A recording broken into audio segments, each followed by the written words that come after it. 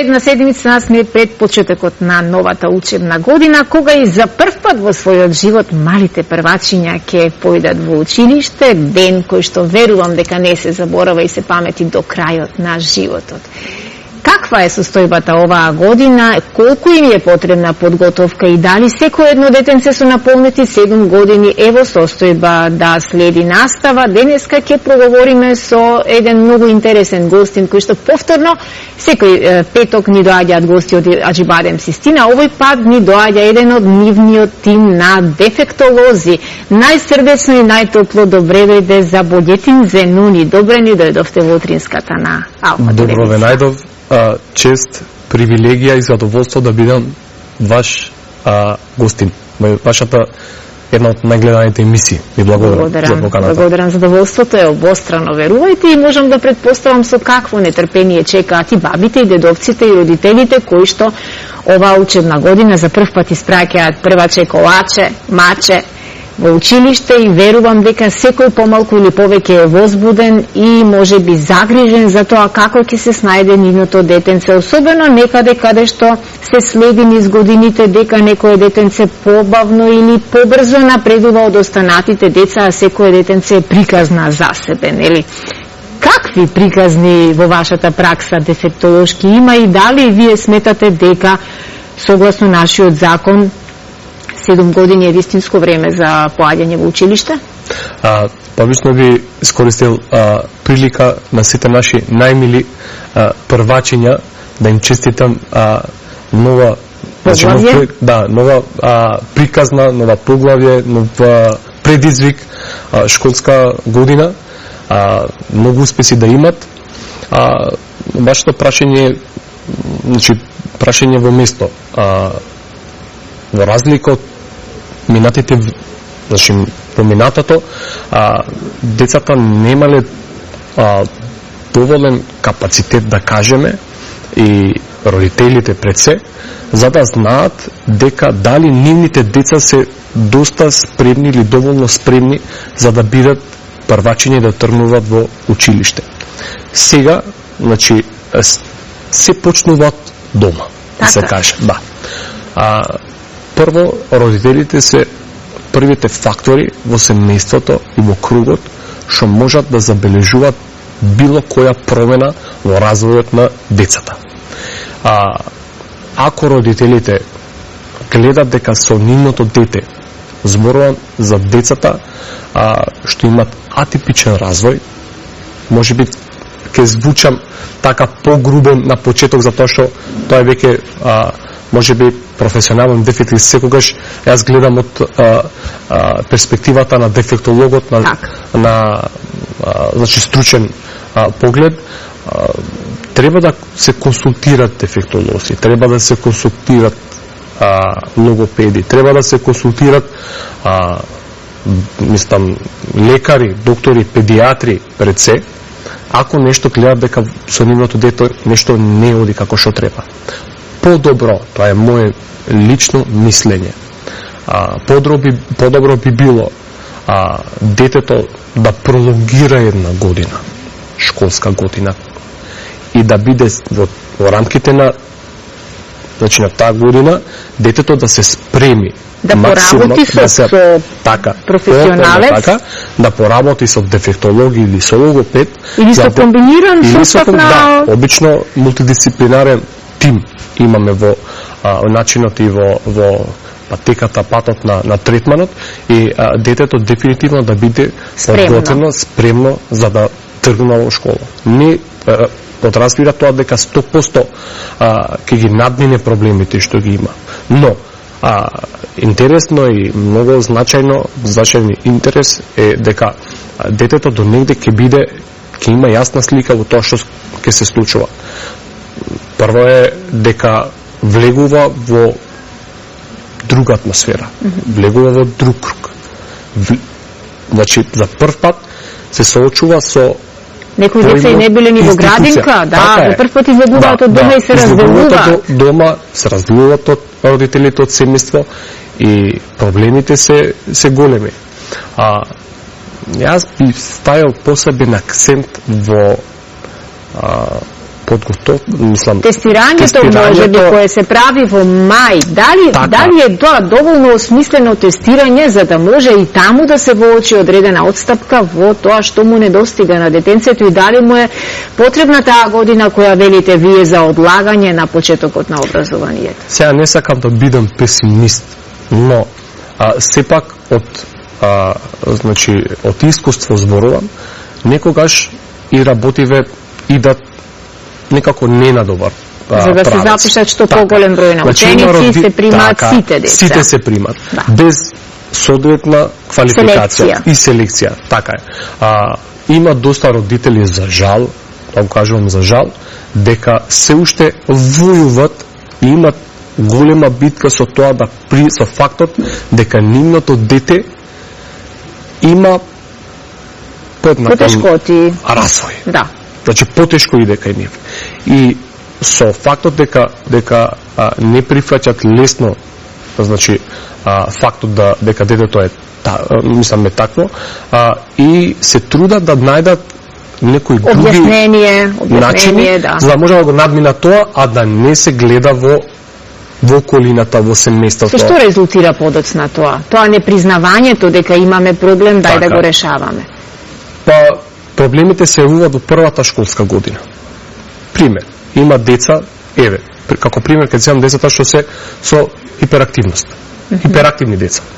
Значи, ќе почнуваат со школа. Децата хиперактивни имат посебни барања, посебни потреби.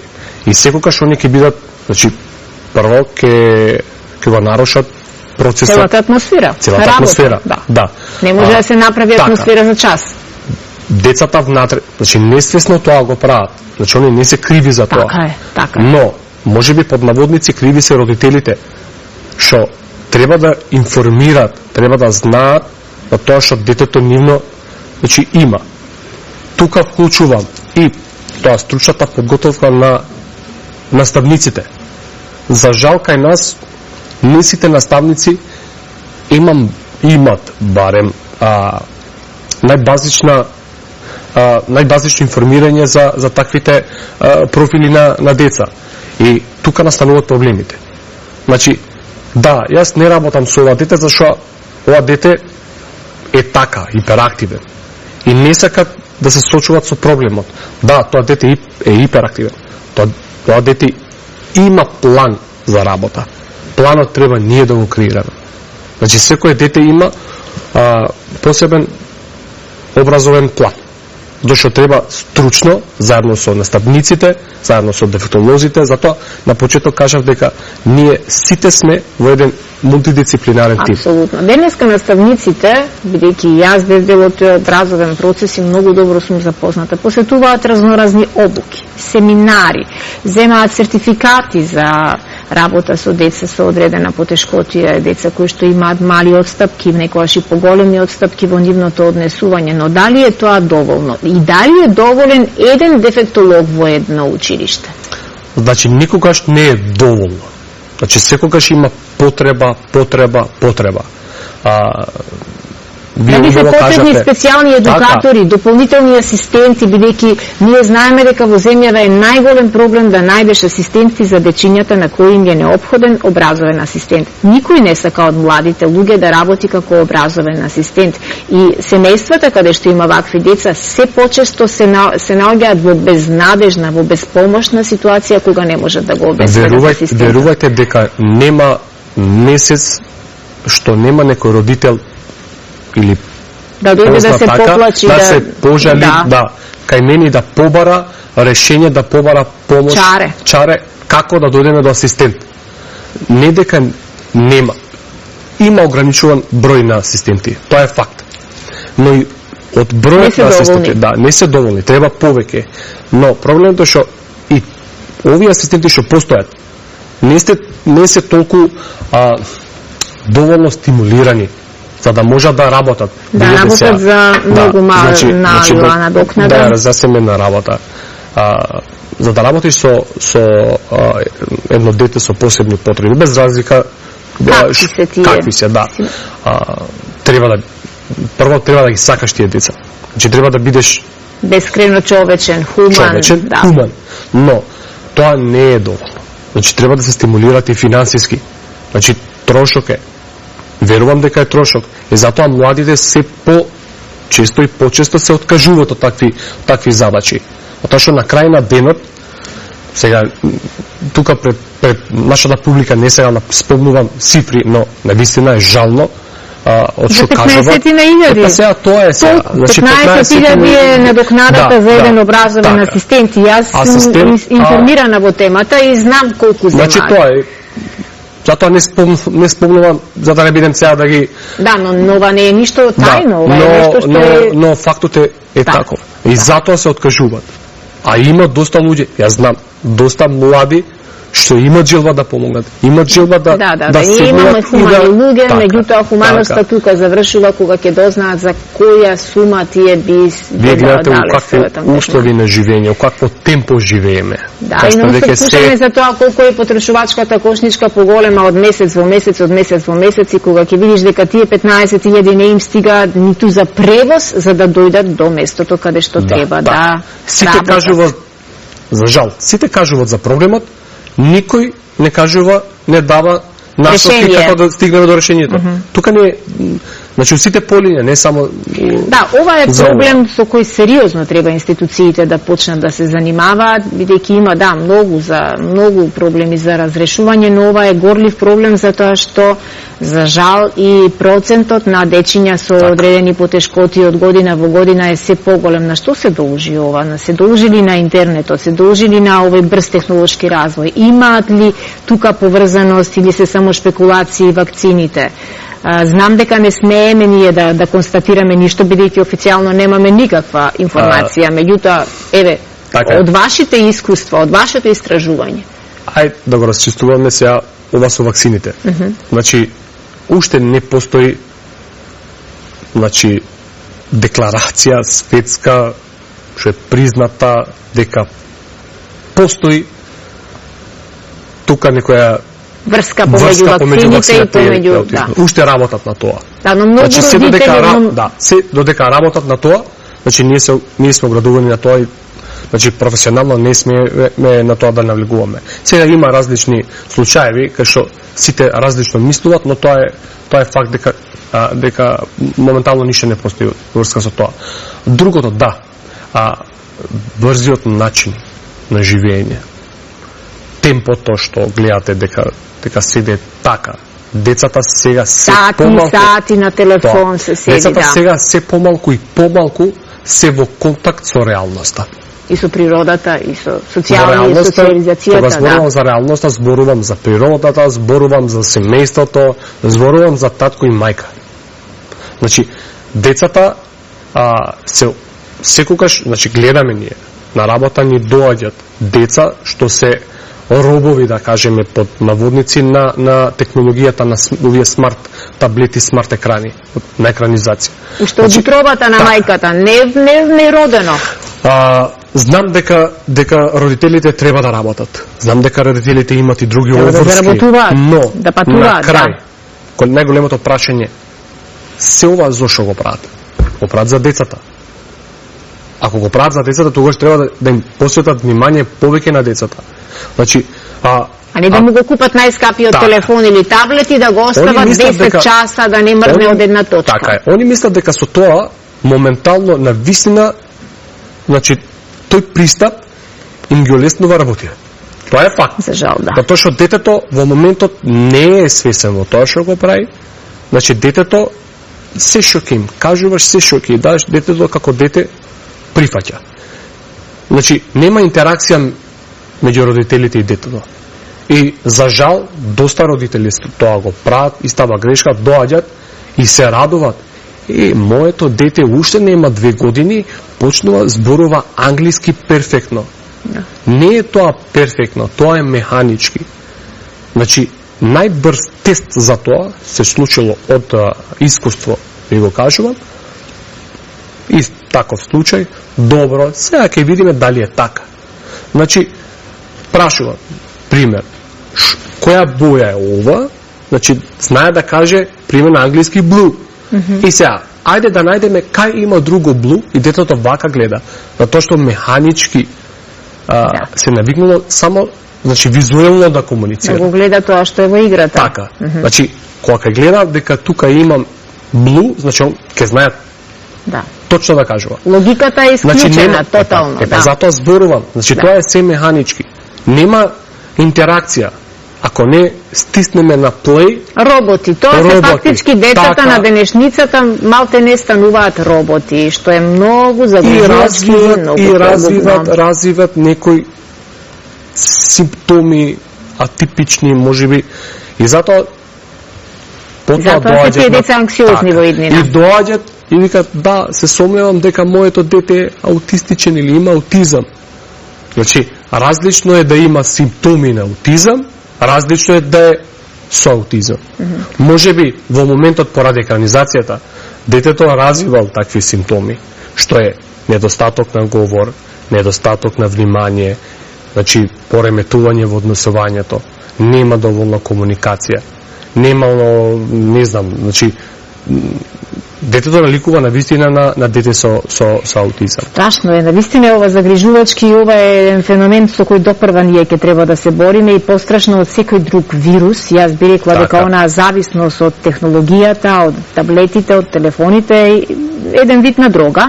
Така е. Еден вид на дрога. Ако до пред една деценија ние никој од нас немаше слушнато, барем јас која немам професија како вашата, немав слушнато за терминот ADHD. Денеска и детенце од 8-7 години ќе ти каже, ако му забележиш на неговото однесување дека е некаде непристојно се однесува, слободно ќе ти каже ја имам ADHD, остави ме на мира.